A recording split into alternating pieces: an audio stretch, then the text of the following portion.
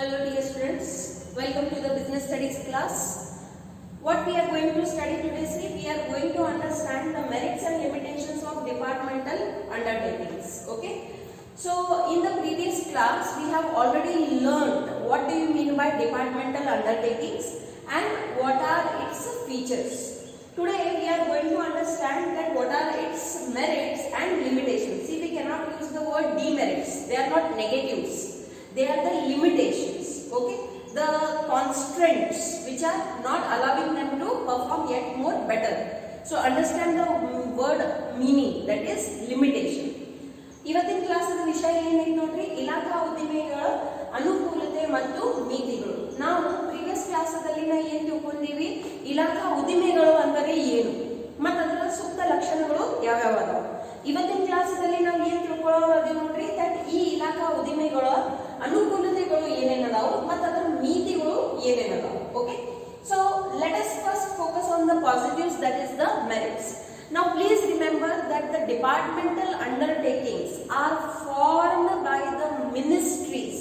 Okay, it is a government organization. The basic purpose of these organizations is to provide the services to the common people.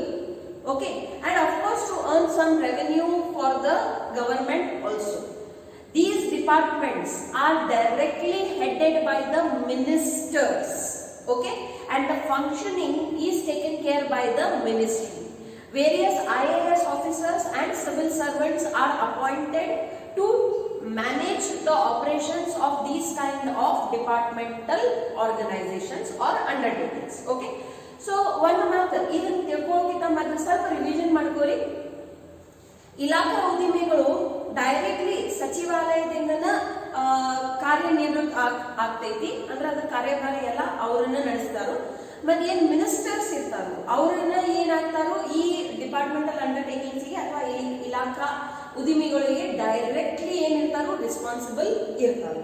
Okay, basically ಇಂಥವೆಲ್ಲ ಉದ್ದಿಮೆಗಳು ಸ್ಥಾಪನೆ ಮಾಡೋದು ಉದ್ದೇಶನೇ ಏನಿರ್ತೈತಿ, ಸರ್ವಸಾಮಾನ್ಯ ಎಲ್ಲ ವ್ಯಕ್ತಿಗಳಿಗೆ ಇದರಿಂದ ಲಾಭ ಆಗಲಿ.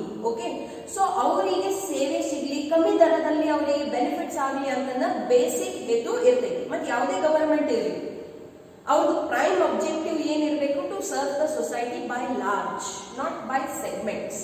ಎಲ್ಲರಿಗೂ ಲಾಭ ಆಗುವಂತದನ್ನ ಅವ್ರದ್ದು ಕಾರ್ಯ ಇರಬೇಕು. ಹಾಗಾಗಿನ ಇಂಥ ಬಹಳಷ್ಟು ಉದ್ದಿಮೆಗಳ ಸ್ಥಾಪನೆ ಸರ್ಕಾರದ ಏನು ಸಚಿವಾಲಯಗಳು ಅದಾವ ಅವ್ರ ಕಡೆಯಿಂದ ಸ್ಥಾಪನೆಗಳು ಆಗಿರ್ತಾವ. ಓಕೆ, ಇದ್ರ ಬಗ್ಗೆ ಎಲ್ಲ ನಾವು ಕಂಪ್ಲೀಟಲ್ಲಿ ಲಾಸ್ಟ್ ಕ್ಲಾಸ್ ನಲ್ಲಿ ತಿಳ್ಕೊಂಡಿವಿ. ಈಗ ಇಂಥವ್ ಏನ್ ಇಲಾಖಾ ಉದ್ದಿಮೆಗಳು ಅದಾವು, ಇದರದ್ದು ಏನು ಅನುಕೂಲತೆ ಐತಿ ಅದನ್ನ ತಿಳ್ಕೊಳ್ಳೋಣ ಮೊದಲು, ಆಮೇಲೆ ಅದರ ಮಿತಿಗಳು ತಿಳ್ಕೊಳ್ಳೋಣ. ಓಕೆ, ನೋಡ್ರಿ, ಅನುಕೂಲತೆ ಅಂದ್ರೆ ಏನು, ಅದರ ಬೆನಿಫಿಟ್ಸ್. ಅನಾನುಕೂಲತೆ ಅಂದ್ರೆ ಏನು, ಅದರ ಡಿಸ್ಅಡ್ವಾಂಟೇಜಸ್. ಈಗ ಇದರಲ್ಲಿ ನಾವು ಡಿಸ್ಅಡ್ವಾಂಟೇಜಸ್ ತಿಳ್ಕೊಳ್ಳೋದಿಲ್ಲ, ಮಿತಿಗಳನ್ನು ತಿಳ್ಕೊಳ್ಳೋದು. ಮಿತಿ ಅಂದ್ರೆ ಏನು, ಅವ್ರಿಗೆ ಅದು ಅಡಿಷನಲ್ ಸರ್ವಿಸ್ ಕೊಡಾಕ ಆಗ್ತಾ ಇಲ್ಲ. ಓಕೆ, ಸೊ ಏನ್ ಹೇಳ್ತಾರೆ ನೋಡಿ, these undertakings facilitate the parliament to exercise effective control over their operations. Please understand this. These undertakings means which undertakings? The departmental undertakings. They facilitate the parliament. Now you must be knowing what is a parliament. A parliament is a place where all the ministers work. Okay, so the parliament to exercise effective control over their operations. So whatever work they are doing with these kind of departments, their work becomes far more effective. So these departments help the ministers to function properly for the services they want to give to the society. ಈ ಉದ್ದಿಮೆಗಳು ತಮ್ಮ ಕಾರ್ಯಚಟುವಟಿಕೆಗಳ ಮೇಲೆ ಸಂಸತ್ತು ಪರಿಣಾಮಕಾರಿ ನಿಯಂತ್ರಣ ಹೊಂದಲು ಅನುವು ಮಾಡುತ್ತವೆ. Okay, these ensure high degree of public accountability. See, when a ministry itself takes care of the operations and the execution of these kind of programs, ultimately who is responsible for the good and bad everything? The ministry itself. And for the minister, a minister is answerable to all the public whether they have given the vote against him or in their favor. Once a person is appointed as a minister, he is the minister of everyone. It doesn't matter, it doesn't mean that only the one who have given the vote for him, only those he needs to take care. He needs to take care of the complete society, whether they are against him or in favor of him or her. So these departmental undertakings ensure high degree of public accountability. It means what? For whatever decisions they are taking, they are answerable to the common public by large. And there are various organizations. See, we have given only 2 examples of railway and post office. If you just search into the Google, you will come to know that so many organizations are completely directly run and managed and owned by the government. ಇವು ಹೆಚ್ಚಿನ ಮಟ್ಟದ ಸಾರ್ವಜನಿಕ ಉತ್ತರದಾಯಿತ್ವವನ್ನು ಖಾತ್ರಿಪಡಿಸುತ್ತವೆ. ಏಕೆ ಇವರು ಸಾರ್ವಜನಿಕರಿಗೆ ಉತ್ತರದಾಯಿತ್ವ ಇರ್ತೈತಿ? ಯಾಕಂದ್ರೆ ಇದನ್ನ ಕಂಪ್ಲೀಟ್ಲಿ ರನ್ ಮ್ಯಾನೇಜ್ ಮತ್ತು ಫಂಕ್ಷನ್ ಮಾಡೋರು ಯಾರು ಇರ್ತಾರೆ ನೋಡ್ರಿ? ಮಿನಿಸ್ಟರ್ಸ್ ಇರ್ತಾರೆ. ಓಕೆ, ಸೊ ಮಂತ್ರಿಗಳನ್ನ ಇದ್ರದ ಕಂಪ್ಲೀಟ್ ಕಾರ್ಯಭಾರವನ್ನು ತಗೋದ್ರಿಂದ ಅವರು ಏನಿರ್ತಾರೋ ಸರ್ವಸಾಮಾನ್ಯ ವ್ಯಕ್ತಿದ ಪ್ರತಿನಿಧಿ ಇರ್ತಾರೆ. ಹಾಗಾಗಿ ಸರ್ವಸಾಮಾನ್ಯ ವ್ಯಕ್ತಿಗೂ ಪ್ರತಿ ಒಂದು ಸಾಮಾನ್ಯ ವ್ಯಕ್ತಿಗೂ ಅವ್ರದ್ದು ಸೇವೆ ಸೌಲಭ್ಯಗಳು ಮುಟ್ಟಬೇಕು ಅಂತ ಅವ್ರ ಕರ್ತವ್ಯ ಇರ್ತೈತಿ. ಮತ್ತೆ ಅದ್ರ ಒಳ್ಳೇದಾಯ್ತಂದ್ರ ಅವರಿಗೆ ಕೀರ್ತಿ ಸಿಗ್ತೈತಿ. ಬೈ ಚಾನ್ಸ್ ಏನಾರ ಮಿಸ್ಟೇಕ್ ಆಯ್ತಂದ್ರ ಅದಕ್ಕೆ ಅವ್ರು ಉತ್ತರದಾಯಿನೂ ಇರ್ತಾವ. ಸೊ ಯಾವ ರೀತಿಯಿಂದ ಒಳ್ಳೇದಾಯ್ತಂದ್ರ ಅವರಿಗೆ ನಾವು ಹೊಗಳ್ತೀವಿ, ಏನಾರ ಮಿಸ್ಟೇಕ್ ಆಯ್ತಂದ್ರ ಅದಕ್ಕೆ ಅವ್ರದ್ದು ಉತ್ತರನೂ ನಮಗ ಬೇಕಾಗಿರ್ತೈತಿ. ಸೊ ಅವ್ರದ ಉತ್ತರದಾಯಿತ್ವ ಏನಿರ್ತೈತಿ ಬಹಳ ಜಾಸ್ತಿ ಇರ್ತೈತಿ. Then the revenue earned by the enterprises. Now see, a government is running the business activity. Though it is run, owned and managed by the government, but ultimately it's a business. Okay, owner private ಮಂದಿಯರ ಇರಲಿ ಅಥವಾ government ಅರೇ ಇರಲಿ, ಯಾವಾಗ ಎಲ್ಲಿ business ಅಂತ ಶಬ್ದ ಬಂತು, business ಮಾಡೋದು main ಹೇತುನ ಏನಿರ್ತೈತಿ? ಲಾಭ ಗಳಿಸೋದು. ಸೊ ಈಗ ಇಲ್ಲಿ ಲಾಭ ಆಯ್ತಲ್ಲ, whatever departmental undertakings are there, ಅಲ್ಲಿ ಏನೋ ಬಿಸ್ನೆಸ್ ಆಕ್ಟಿವಿಟೀಸ್ BSNL ಐತಿ. Okay, it's a government under organisation. Then railways, Indian Railways are there. Then post office is there. Like that, so many other organizations are there, which are departmental undertakings. So ಇವ್ರು ಏನ್ ಕಾರ್ಯ ನಡೆಸಲಿಕ್ಕತ್ತಾರು, ultimately ಅದ್ರಾಗ ಅವ್ರಿಗೆ ಏನಾಗತ್ತೈತಿ? ಲಾಭ ಆಗತ್ತೈತಿ. Air India is there. Okay, so ಹಂಗಾದ್ರೆ ಲಾಭ ಎಲ್ಲಿ ಹೋಗ್ತೈತಿ? That revenue will go back to the treasury, into the government's treasury. Whatever fund is there, the government's fund, in that it will go. So the revenue earned by the enterprise goes directly to the treasury and hence is a source of income for the government. Okay, so see, a government, ನೀವು ವಿಚಾರ ಮಾಡಿ ನೋಡ್ರಿ, ಒಂದು ಗವರ್ಮೆಂಟಿಗೆ ಎಷ್ಟೊಂದು ದುಡ್ಡದ ಅವಶ್ಯಕತೆ ಇರ್ತೈತಿ to fulfill the needs of its people. A government needs to build the roads, dams, bridges as a form of infrastructure. Infrastructure ಎದಕ್ ಬೇಕು ನೋಡ್ರಿ? ಯಾಕಂದ್ರೆ ಎಷ್ಟು ನಿಮ್ದು ಇನ್ಫ್ರಾಸ್ಟ್ರಕ್ಚರ್ ಚಲೋ ಇರ್ತೈತಿ ಅಷ್ಟ ಟ್ರಾನ್ಸ್ಪೋರ್ಟ್ ಫೆಸಿಲಿಟಿ ಚಲೋ ಆಗ್ತಾವು. ಎಷ್ಟು ಟ್ರಾನ್ಸ್ಪೋರ್ಟ್ ಫೆಸಿಲಿಟಿ ಚಲೋ ಆಗ್ತೈತಿ ಅಷ್ಟು ಬಿಸ್ನೆಸ್ಸಿಗೆ ಈಸಿ ಆಗ್ತೈತಿ. ನಾಟ್ ಓನ್ಲಿ ದಟ್, ಡ್ಯಾಮ್ಸ್ ಎದಕ್ ಬೇಕಪ್ಪ? Dams R required for irrigation. What is irrigation? Artificial supply of water. ಒಂದು ಸಿಗ್ತೈತಿ ನಿಮಗೆ ನೀರು ಮಳೆದಿಂದ, ಬಟ್ ಮಳೆ ಆಲ್ 12 ತಿಂಗಳು ಬರ್ತೈತಿ ಇಲ್ಲ. ಸೊ ಅಂತ ಸಮಯದಲ್ಲಿ ನೀವು ಏನ್ ಮಾಡ್ತೀರಿ? ಆ ಮಳೆಗೆ ಡ್ಯಾಮ್ಗಳಲ್ಲಿ ಸೇವ್ ಮಾಡಿರ್ತೀರಿ. ಸೊ ಆಮೇಲೆ ಆ ಡ್ಯಾಮ್ ನೀರನ್ನ ಕೆನಾಲದ ಸ್ವರೂಪದಲ್ಲಿ ಎಲ್ಲ ಕಡೆ ನೀರನ್ನು ಮುಟ್ಟಿಸಲಿಕ್ಕೆ ಪ್ರಯತ್ನ ಮಾಡ್ತೀವಿ. ಸೊ ಒಂದು ಡ್ಯಾಮ್ ಕಟ್ಟುವುದು, ಒಂದು ಕೆನಾಲ್ ಕಟ್ಟುವುದು ಏನು ಅಷ್ಟ ಫ್ರೀ ಆಫ್ ಕಾಸ್ಟ್ ಇರಂಗಿಲ್ಲ. You have to maintain also that dam. So it requires maintenances also. So the government needs to spend on that. So ಇದ್ರ ಸಲುವಾಗಿ ದುಡ್ಡು ಎಲ್ಲಿಂದ ಬರ್ತೈತಿ? ಇಂಥವು ಎಷ್ಟೊಂದು ಪ್ರೋಗ್ರಾಮ್ಸ್ ಒಂದು ಗವರ್ಮೆಂಟ್ ನಡೆಸ್ತೈತಿ ನೋಡ್ರಿ. Those who are very very poor, BPL ಅಂತ ನಾವು ಕರಿತೀವಿ ನೋಡ್ರಿ, ಬಿಲೋ ಪಾವರ್ಟಿ ಲೈನ್, ಅವರಿಗೆ ಬಹಳಷ್ಟು ರೀತಿಯಿಂದ ಗವರ್ಮೆಂಟ್ ಏನ್ ಮಾಡ್ತೈತಿ? ಸಹಾಯ ಮಾಡ್ತೈತಿ. ಸೊ ಹಾಗಾದ್ರೆ ಇದು ಎಲ್ಲದಕ್ಕೂ ದುಡ್ಡು ಬೇಕು ನೋಡ್ರಿ. So where will the government bring the money from? The major source is tax. Okay, but only tax is enough? No. So then the government also does business. Government ಏನ್ ಮಾಡ್ತೈತಿ? ಬಿಸ್ನೆಸ್ ಆಕ್ಟಿವಿಟೀಸ್ ಇದ್ರಲ್ಲಿ ಬರ್ತೈತಿ. ಯಾಕಂದ್ರೆ ಗವರ್ಮೆಂಟಿಗೂ ಏನ್ ಬೇಕು ನೋಡ್ರಿ? ದುಡ್ಡು ಬೇಕು. ಎದಕ್ ಬೇಕು? For people only. Okay, the government will use that money for the people only, to improve their life only, to give the facilities to the common people itself. ಈಗ ನೋಡ್ರಿ, post ಐತಿ. What kind of service it is? It is a service of communication. Correct? ಅದೇ ರೀತಿ railways ಅದಾವ. Railways ನಮಗೆ ಏನು ಸೇವೆ ಕೊಡ್ತಾವು? It gives us the transportation services and it is in both. Okay, it is in the passenger also, it is in goods also.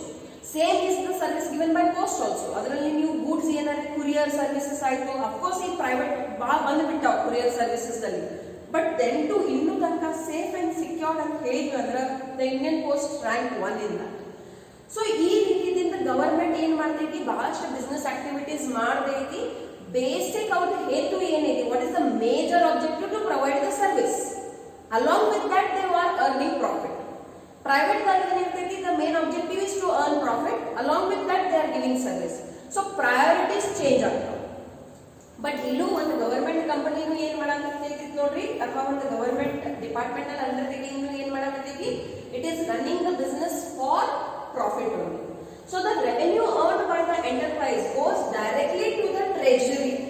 ಅವ್ರದ್ದೇನ್ ಖಜಾನೆ ಇರ್ತೈತಿ, it will go in to that, and hence is a source of income for the government. See, understand what word they are using, a source, not the ultimate one and only. As I said right now, only various sources are there, from that this is one source. So ಈಗ ನಿಮಗೆ ಒಂದು ultimate ಪ್ರಶ್ನೆ ಬಂದ್ಬಿಡ್ತೈತಿ, what if the government is doing corruption? Government will not do corruption. See, okay, government will record the accounts for that, and for that auditing will be done. Adakagi we wrote that, okay, everything, every penny, whatever business is being done, it will be recorded by understanding the accounting rules, principles and postulates, and whatever has been recorded, it will be audited also. So notri, government nalinu one CAG anta one ಏನೈತಿ organization ಇರ್ತೈತಿ. It is called as Comptroller Audit General. This keeps an audit of the government work, that what and how the government is working. So for everything there is a regulatory body to check that whatever work is happening, it is done ethically, morally and in the terms of the lawful business. Okay, so ಏನು ಹೇಳ್ತಾರೆ ನೋಡಿ, ಉದಿಮೆ ಗಳಿಸುವ ಆದಾಯವು ಸರ್ಕಾರಿ ಖಜಾನೆಗೆ ನೇರವಾಗಿ ಜಮಾ ಆಗುವುದರಿಂದ ಇದು ಸರ್ಕಾರಕ್ಕೆ ಆದಾಯದ ಮೂಲವಾಗುತ್ತದೆ. ಗವರ್ಮೆಂಟ್ಗೆ ಬಹಳಷ್ಟು ರೀತಿಯಿಂದ ದುಡ್ಡದ ಅವಶ್ಯಕತೆ ಇರ್ತೈತಿ. ಎಂದರೆ ಒಂದು ಬಜೆಟ್ ನೋಡ್ರಿ, ಓಕೆ, ಈ ಫೆಬ್ರವರಿದಾಗ ಬಜೆಟ್ ಅನೌನ್ಸ್ ಆಗ್ತೈತಿ. ನಾನು ನಿಮಗೆ ಅವಾಗ ನೆನಪು ಮಾಡಿಸ್ತೀನಿ. You will see that how much big the Indian budget is. Then to Indian government is in majority of the time into deficit balance. Why? Our needs are more, the sources is less. ಈ particular ವರ್ಷದ budget ಅಂತ ನೋಡುವಂತದ್ದು ಇರ್ತೈತಿ, because the businesses have gone down. Corona has hit the world very badly. India is no exception. So when there is less income, nodri income ಕಮ್ಮಿ ಆಗೈತಿ, but ಖರ್ಚು ಕಮ್ಮಿ ಆಗ್ಯಾವ ಇಲ್ಲ, in fact ಖರ್ಚು ಇನ್ನೂ ಜಾಸ್ತಿ ಆಗ್ಯಾವ. Government is providing so many corona health benefits also, and for that ultimately the money is being spent. So then the government needs to involve. Bare tax ಮೇಲೆ ಡಿಪೆಂಡೆಂಟ್ ಆಗಕ್ಕೆ ಆಗಂಗಿಲ್ಲ ನೋಡ್ರಿ. That's why I am telling. Bare tax ಮೇಲೆ dependent ಆಗಕ್ಕೆ ಸಾಧ್ಯತೆ ಇಲ್ಲ. Okay, so then government needs other sources of income also, and from that departmental undertaking is one source where the government itself is engaging the business activities to earn money, and where it will spend it back on the people only in two ways. ಮೊದಲನೇದಂತೂ ಸೇವೆ ಕೊಡ್ತಾರೋ, so ಅದು ಒಂದು ರೀತಿಯಿಂದ ಸಮಾಜ public service ಆಯಿತು, and they will charge minimum for that. ಆ minimum price ಎಂತಾಗಿರ್ತೈತಿ, ಸ್ವಲ್ಪ ಲಾಭ ಗಳಿಸುವಂತದ್ದು ಇರ್ತೈತಿ.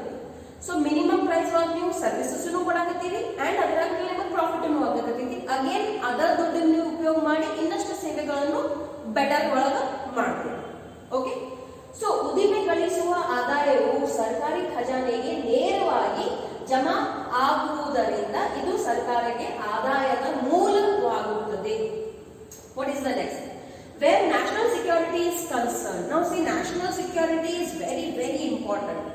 ನೀವು ಎಲ್ಲಾದ ಮೇಲೆ ಫೋಕಸ್ ಮಾಡಾಕತ್ತೀರಿ, but if you are unable to save your borders only, if you are unable to save your people from outside attacks, or it may be internal attacks also, not necessarily always the attacks are done from outside only. So whatever issue is concerned in terms of national security, the government needs to have that control into their hands. This form is most suitable since it is under the direct control and supervision of the concerned ministry. So when these aspects are concerned, okay, we cannot give the rights to any private company. Just I will tell you a little bit information about that. Now see, ಯಾವಾಗ ನಾವು military ಅಂತ ಹೇಳ್ತೀವಿ, military ಸಲುವಾಗಿ ನಮಗೆ ಬಹಳಷ್ಟು arms and amenities ಅವಶ್ಯಕತೆ ಇರ್ತದೆ. Okay, rifles ಇರ್ಬೋದು, ಬುಲೆಟ್ಸ್ ಇರ್ಬೋದು, ಅಥವಾ ಏನೇ ಬೇರೆ ಪ್ರಕಾರದ ಅವಶ್ಯಕತೆ ಆರ್ಮ್ಸ್ ಅಂಡ್ ಅಮ್ಯುನಿಟೀಸ್ ಬಂದ್ಬಿಡ್ತದೆ. The Indian government does not allow any private sector to produce that. Understanding this? So if a private company wants to enter into the production of these kinds of arms and ammunition, that is not allowed. This kind of industry is reserved by the government. It means what? Only the government can produce it. ಈ ಒಂದು 4 ವರ್ಷದಲ್ಲಿ government ಕಾರಿಡೋರ್ಸ್ ತಯಾರು ಮಾಡಾಕತ್ತೈತಿ. ಎಲ್ಲಿ ನಾವು ಇಂಥವ್ದು ಏನಂತೀವಿ ಇಂಡಸ್ಟ್ರೀಸಿಗೆ establish ಮಾಡಾಕತ್ತೀವಿ. But again it is a departmental or government undertaking. Okay, so ಯಾಕೆ ಇಂಥವೆಲ್ಲ ಕಂಟ್ರೋಲ್ ಗವರ್ಮೆಂಟ್ ಅವ್ರ ಕೈಯಾಗನೇ ಇಟ್ಕೋತೈತಿ? Because these are the sensitive issues. Sensitive ಅಂದ್ರೆ ಬಹಳ ಸೂಕ್ಷ್ಮ ಇಶ್ಯೂಸ್ ಇರ್ತಾವ. ಓಕೆ, ಸೊ ಇದರದ ಕಂಟ್ರೋಲ್ ನಾವು ಪ್ರೈವೇಟ್ ಸೆಕ್ಟರ್ ಕೈಯಾಗ ಕೊಡಾಕ ಆಗಂಗಿಲ್ಲ. ಯಾಕಂದ್ರೆ ಪ್ರೈವೇಟ್ ಸೆಕ್ಟರ್ ಮೆಂಟಾಲಿಟಿನೇ ಏನೈತೆ ನೋಡ್ರಿ, ಪ್ರಾಫಿಟ್ ಮೇಕಿಂಗ್.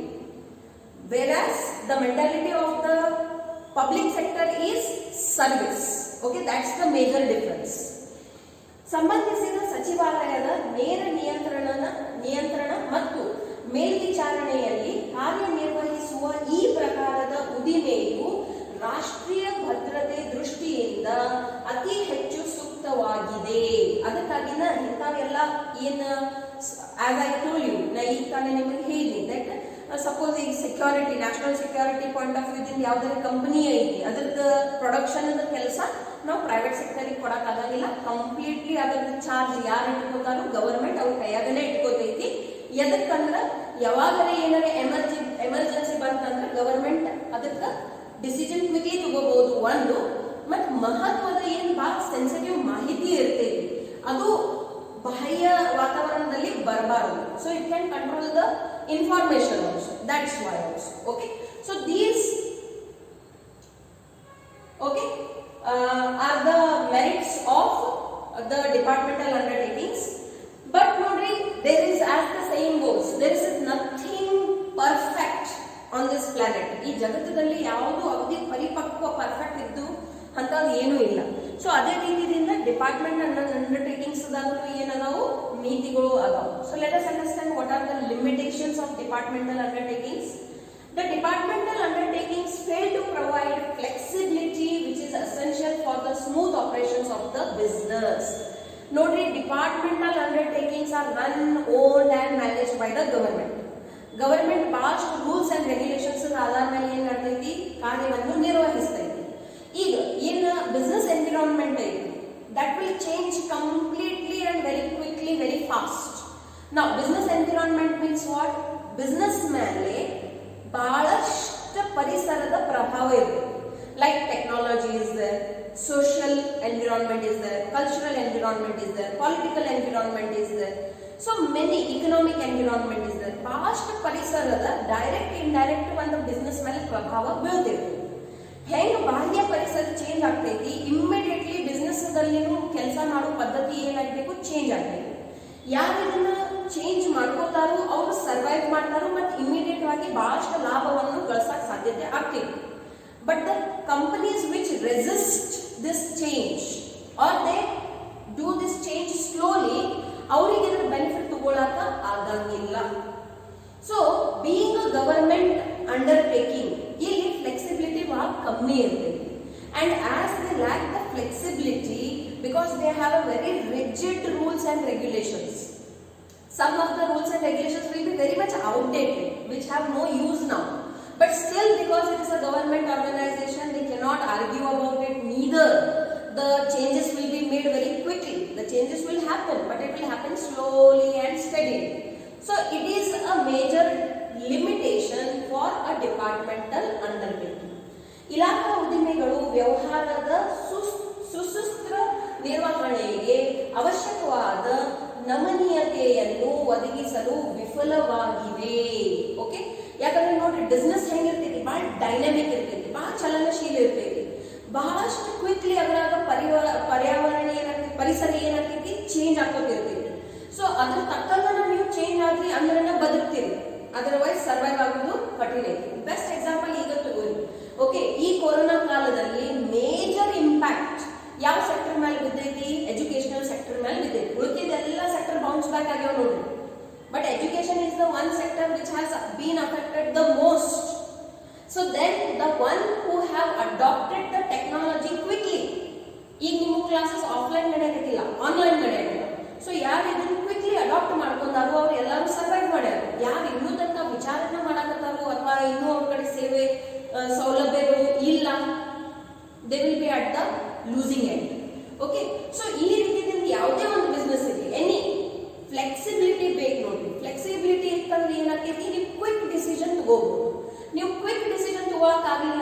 ಬೇಕಾಗಿರುವಂತ ರಿಸಲ್ಟ್ಸ್ ಸಿಗುವುದು ಕಷ್ಟ.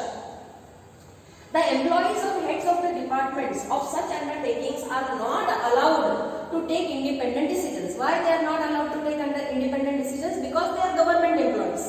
They need to function according to the government rules and regulations, the procedures which are given, the protocol which is need to be followed. So then they cannot, even if they are very much intelligent, they have all the knowledge, they have all the strategy, all the plans, they cannot execute it immediately. Past picture ನಲ್ಲಿ ನೀವು ನೋಡಿರ್ಬೇಕು ನೋಡ್ರಿ, ಯಾರೋ ಒಬ್ರು officer ಇರ್ತಾರೋ ಅವ್ರ ಕಡೆ ಪೂರ್ತಿ ಅದರ ಆಕ್ಷನ್ ಪ್ಲಾನ್ ರೆಡಿ ಇರ್ತೈತಿ, ಬಟ್ ಎಲ್ಲಿ ತನಕ ಮ್ಯಾಲಿಂದ ಆರ್ಡರ್ ಬರಂಗಿಲ್ಲ ಅವ್ರಿಗೆ ಏನು ಮಾಡಾಕ ಆಗಂಗಿಲ್ಲ. That is one drawback of the government undertakings. Okay, without the approval of the ministry concerned, this leads to delays in matters where prompt decisions are required.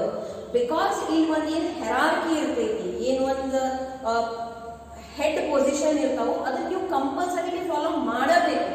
You cannot overtake it, you cannot take the decisions on your own. Suppose if you do, what will happen? You will lose your job. ಹಿಂಗ್ ಮಾಡಿದ್ರೆ ಏನಾಗ್ಬಿಡ್ತೈತಿ, government job lose ಮಾಡ್ಬಿಡ್ತೀವಿ. Government job ಯಾರು lose ಮಾಡಕ್ ಪ್ರಯತ್ನ ಮಾಡ್ತಾರೋ, nobody wants to lose a government job. Decision late ಆಗತೈತಿ, ಆಗತೈತಿ, ಮತ್ತೆ ಏನ್ ಮಾಡೋದು? Okay, so this is one limitation.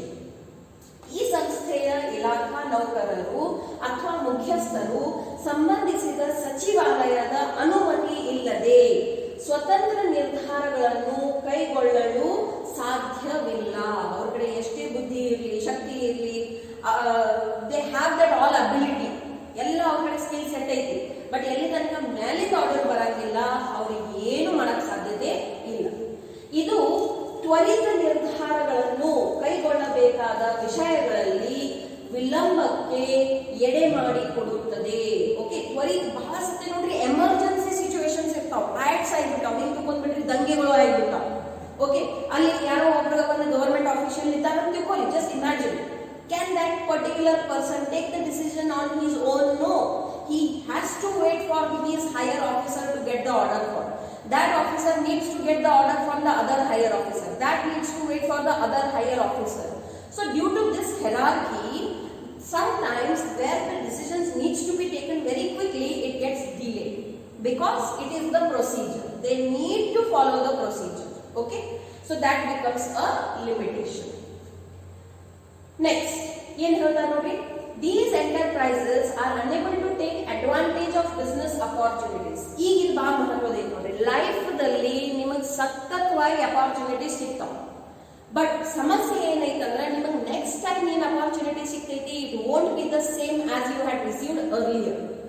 So ಅಪಾರ್ಚುನಿಟಿಗೆ ಯಾರು ಎನ್ಕ್ಯಾಶ್ ಮಾಡ್ಕೋತಾರೋ ಅವ್ರು ಮುಂದಿರ್ತಾರೆ. That's the rule of success. ನಿಮಗೆ ಸಕ್ಸಸ್ಫುಲ್ ಆಗೋದೈತಂದ್ರೆ ನೀವು ಅಪಾರ್ಚುನಿಟೀಸ್ ಮೇಲೆ ಫೋಕಸ್ ಮಾಡಲೇಬೇಕು. 4 ಶಬ್ದ ಅದಾವ ನೋಡ್ರಿ, ಏನದಾವು? ಸ್ವಾಟ್ ಅಂತ, SWOT, strength, weakness, opportunity, threats. ನಿಮಗೆ ಲೈಫ್ದಾಗ ಸಕ್ಸಸ್ಫುಲ್ ಆಗೋದಿತ್ತಂದ್ರೆ ಸತತವಾಗಿ 4 ಶಬ್ದದ ಮೇಲೆ ನಿಮ್ದು ಕಂಟಿನ್ಯೂಸ್ ಫೋಕಸ್ ಇರಲೇಬೇಕು. ನಿಮ್ ಶಕ್ತಿ ಎದುರಾಗೈತಿ, what is your strength?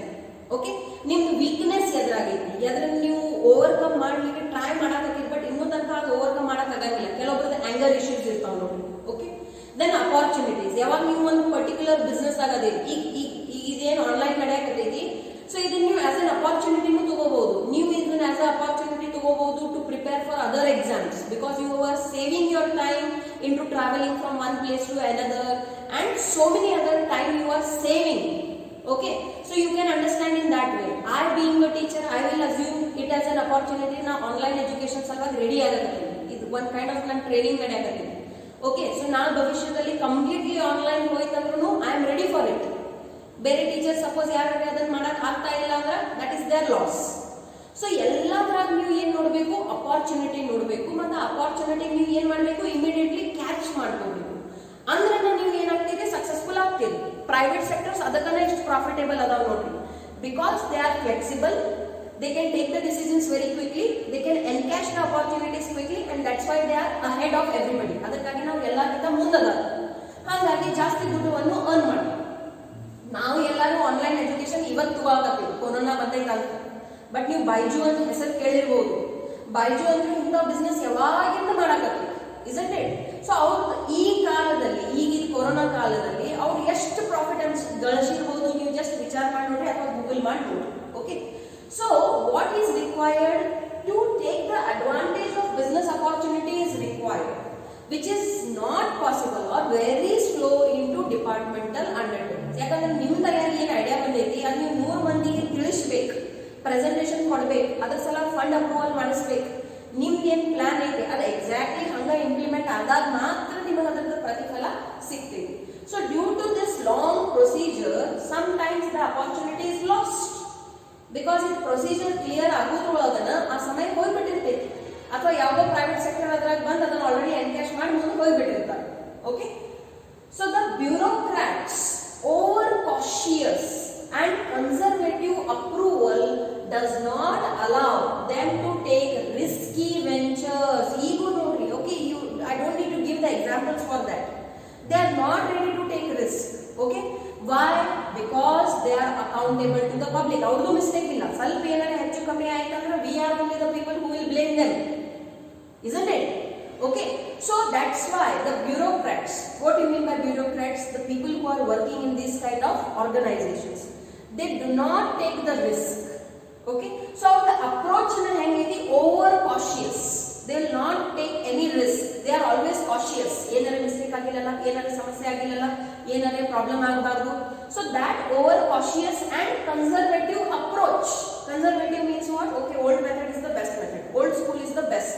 Okay, so due to this they are unable to take the risk. And always remember, in business the risk is always there. You chapter 1 dalli tilkondirri, so many types of risks are there. Risk illa andre yaudu business illa illa, job dagunu risk irtav mat business daganu iruvana. Okay, so if you do not take the risk you cannot succeed also. Of course the risk should be calculated, but ಕೆಲವೊಂದು ಸತಿ calculations nu miscalculate ಆಗಿಬಿಡ್ತಾವ. So then you should have that ability to take the risk. Okay, but government undertakings or departmental undertakings will not take the risk. Okay, because they cannot. Okay, if the people are okay with it, then they are also ready to take the risk. Are the people okay? We need to ask ourselves. ಈ ಉದ್ದಿಮೆಗಳು ವ್ಯವಹಾರದ ಅವಕಾಶಗಳ ಪ್ರಯೋಜನವನ್ನು ಪಡೆಯಲು ಅಸಮರ್ಥವಾಗಿವೆ. ಸ್ಪಷ್ಟವಾಗುತ್ತಾ ನೋಡ್ರಿ, ಅಸಮರ್ಥವಾಗಿವೆ. Okay, ಅಧಿಕಾರಿಗಳ ಅತಿ ಜಾಗರೂಕತೆ ಮತ್ತು ಸಂಪ್ರದಾಯಬದ್ಧ ಅನುಮತಿಯ ನಷ್ಟ ಭಯವುಳ್ಳ ಉದ್ದಿಮೆಗಳನ್ನು ಕೈಗೊಳ್ಳಲು ಅನುವು ಮಾಡಿಕೊಡುವುದಿಲ್ಲ.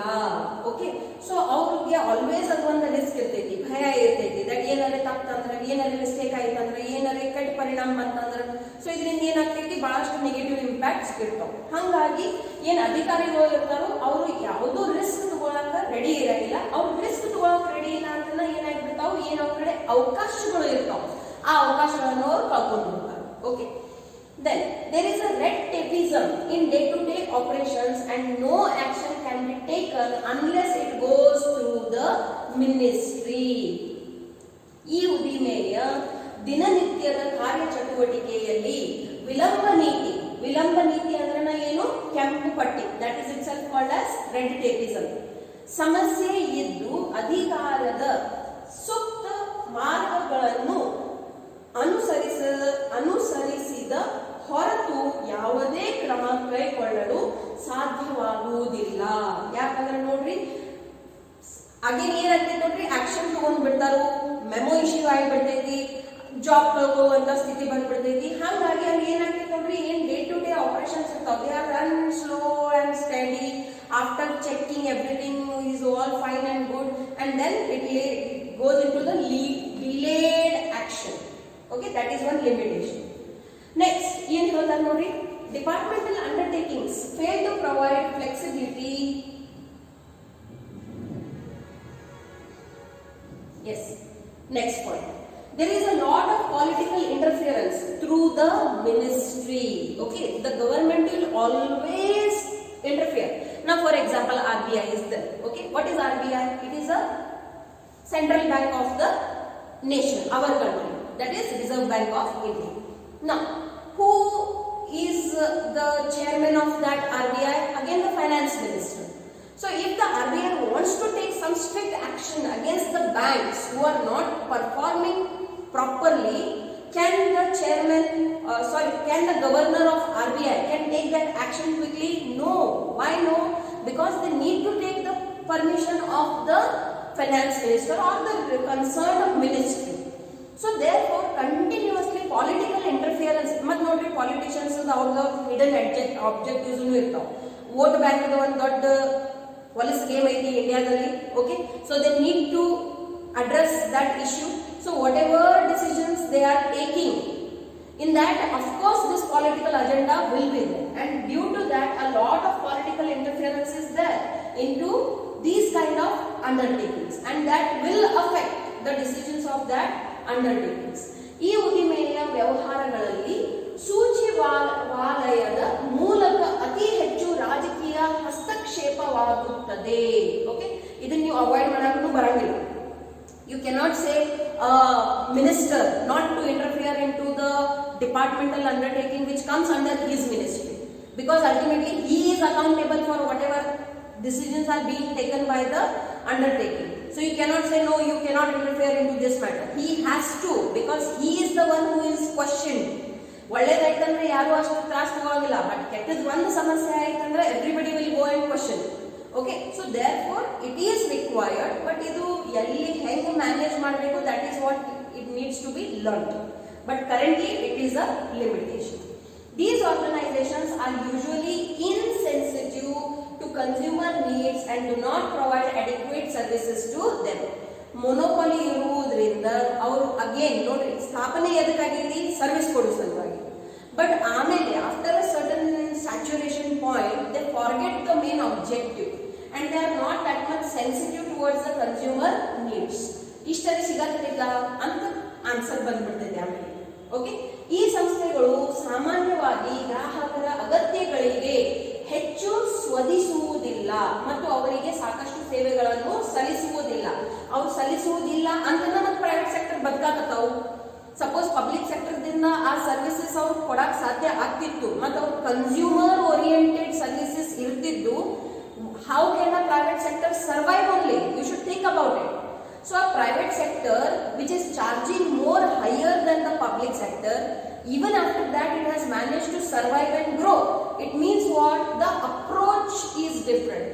The public sector is insensitive to consumer needs, whereas a private sector considers the consumer as the king, and that's why the private sector takes care of the needs and demands of the consumer, and they will charge higher for that, and people are ready to pay for that. But in the same does not go with the public sector, and hence they will be called as they are insensitive. Okay, so these are the limitations of the departmental undertakings. I hope you are understanding. ಇಲ್ಲಿ ಬರ್ದಿರುವಂತ ಪ್ರತಿಯೊಂದು point ನಿಮ್ಮ text book ದಾಗಿನ ತಗೊಂಡಿದ್ದೈತಿ. So everybody should write the notes whatever are given into the PPT. Okay, everything will come into your exam. So start preparing for your exam. Okay, government has announced the dates, but of course they will be always flexible. ಹಿಂಗೆ ತಿಳ್ಕೊಂಡು ನಡೀರಿ, ಇವತ್ತಿಂದ 100 ಡೇಸ್ಗೆ ನಿಮ್ಮ exam ಬರ್ತಾವ. ಆ approach ದಿಂದ ತಯಾರಿ ಮಾಡಕ್ ಚಾಲೂ ಮಾಡ್ಬಿಡ್ರಿ. For full syllabus 100 days to go. Okay, so whatever you are studying daily, that day itself it should be by hearted, understood and done. Then only you will get good results. Okay, yes, we shall continue in the next class.